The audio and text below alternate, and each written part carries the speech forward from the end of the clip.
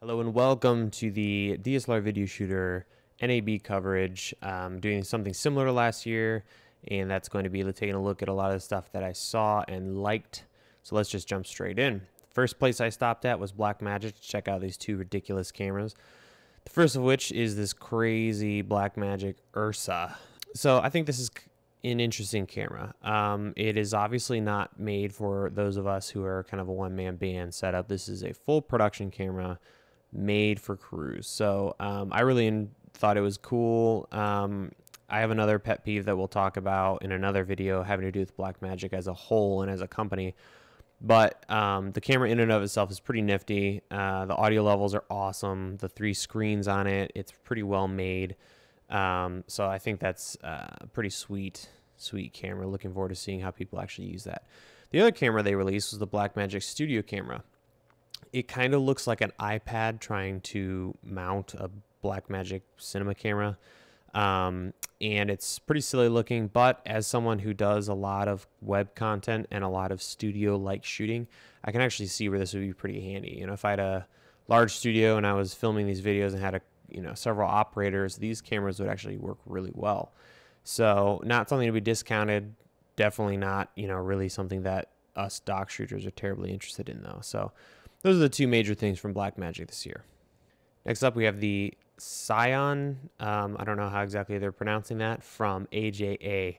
This is really interesting, and I'm loving seeing these companies starting with their first camera and just seeing what each different company comes up with. So really cool. It's a 4K, 2K production camera.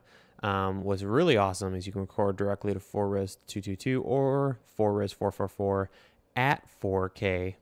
ProRes, not 4Res, whatever I was saying, or output AAJA RAW at up to 4K at 120 frames per second. Really cool stuff. Camera looks nice, and that price tag's pretty interesting at just under $9 grand. So yet another camera from a video recording company.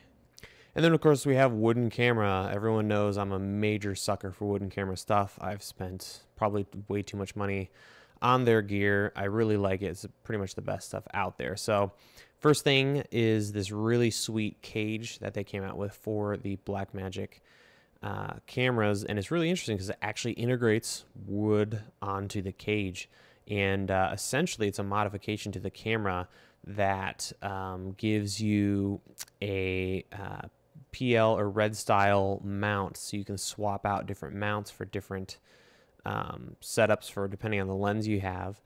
So that was really cool to see. And the other thing is this new Mapbox. I'm really excited about this for a couple of reasons. One, it looks amazingly built and very well made. The other thing I really liked was the cheese block at the top where you can mount accessories. And then finally, the rosettes on the actual Mapbox itself is really smart. So you can just slap handles on that sucker and go. The other thing they updated was their handle. The top handle now has a rotatable top handle, so you can loosen a screw and change the orientation of the handle itself, which is really nice. And just a little bit of an updated design there. The other thing they had was a NATO rail on the side of your cage, and that's going to allow you to add handles to the side and adjust them up and down. And I ran into the guys from Blindspot. They make this really slick little LED light. Was able to play with it a little bit. Really looking forward to trying this thing and using it on set. So hopefully I'll be able to get a unit of that or a couple to review. And just really cool. Really excited about that concept of lighting in your backpack. Just a couple lights you can chuck into your bag and run out and go shoot. So really great stuff. Looking forward to trying it. And of course I went over to the Panasonic booth to check out the GH4. After a ton of research and thinking a lot about it, I think I'm going to end up with that camera system as my next camera system. Another video on that, and but I've decided to go with that over the C100 for various reasons. So it's cool to get my hands on it and play with it a little bit.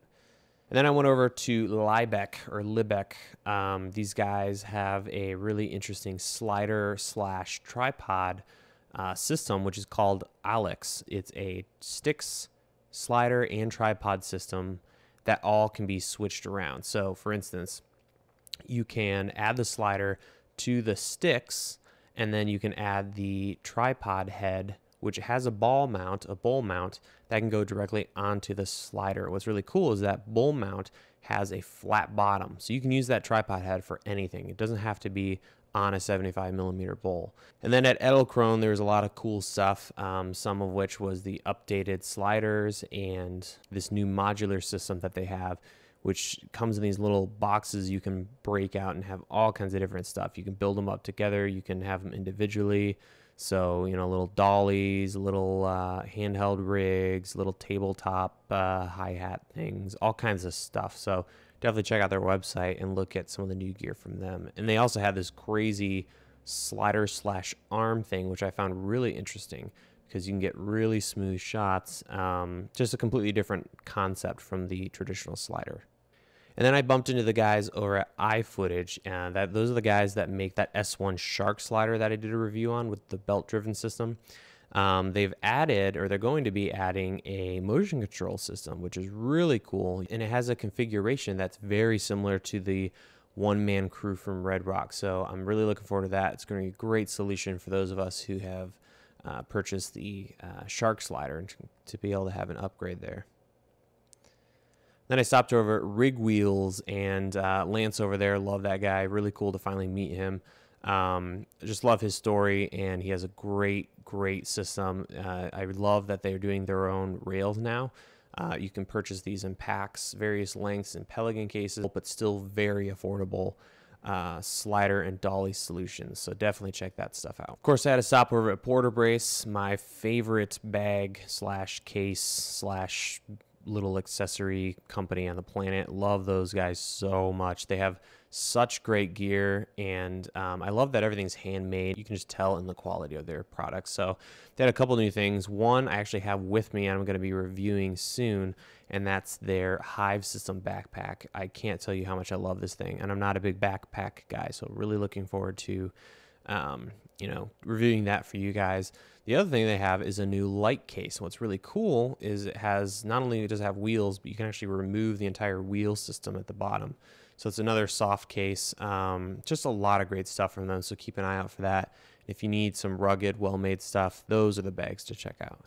I did stop by Sony and checked out the A7S. It's a fantastic little camera, and it's quite amazing what you can do with it. It's going to be a great little camera, a great budget camera for those looking for that higher quality image who necessarily can't afford a C100 or something like that. And then I stopped over at Atomos. Oh man, I love that new Shogun. Really interesting. And I think that kind of technology, and all these cameras are coming out with RAW and, you know, being able to shoot log and 4K. Now's the time to really study and learn and start to master, you know, when to use 4K, what is log, how do you use it, what is RAW, how can you take advantage of that in your camera system. And a tool like that is something that's going to be incredible for us filmmakers, because while it is somewhat expensive at around $2,000, it's the kind of thing that's going to, you know, travel with you across multiple different camera systems. So really excited to try that at some point, and think that they're really onto something with that. Stopped by Zacuto, checked out their EVF. Really great. What I love about it is the field of view. When you look into that thing, you're not having to search around to look at different parts of the image. It's just the perfect field of view on an EVF. And then I was really interested in their new tripod. Their head on there, it's really well made. I think it's really exciting that they're getting into that, taking the Zacuto level quality to tripods. So cool stuff from Zacuto. Then I stopped over at FNV. They have a new panel that's much larger. They also have a new EVF, and it's a lot like the Small HD DP4, you know, same form factor, but higher resolution, tons of scopes. I love that thing. I really want one. So we'll see if I can do a review, and then I might have to pick one up for myself. And then I accidentally bumped into the guys over at Fotodiox. They had some really nice stuff. First of which is this adapter that actually has an ND fader built into the adapter. The other thing that they had was this really interesting little battery system to power these really old school servo lenses. You can get a lot of them really cheaply on eBay. And so they have a battery that you can hook up to that and still use those great little lenses. So that's it from this year at NAB. Just a few things that I stumbled across and heard about that I thought were really cool. Stay tuned for more stuff on DSLRvideoshooter.com, and I will see you guys in the next video.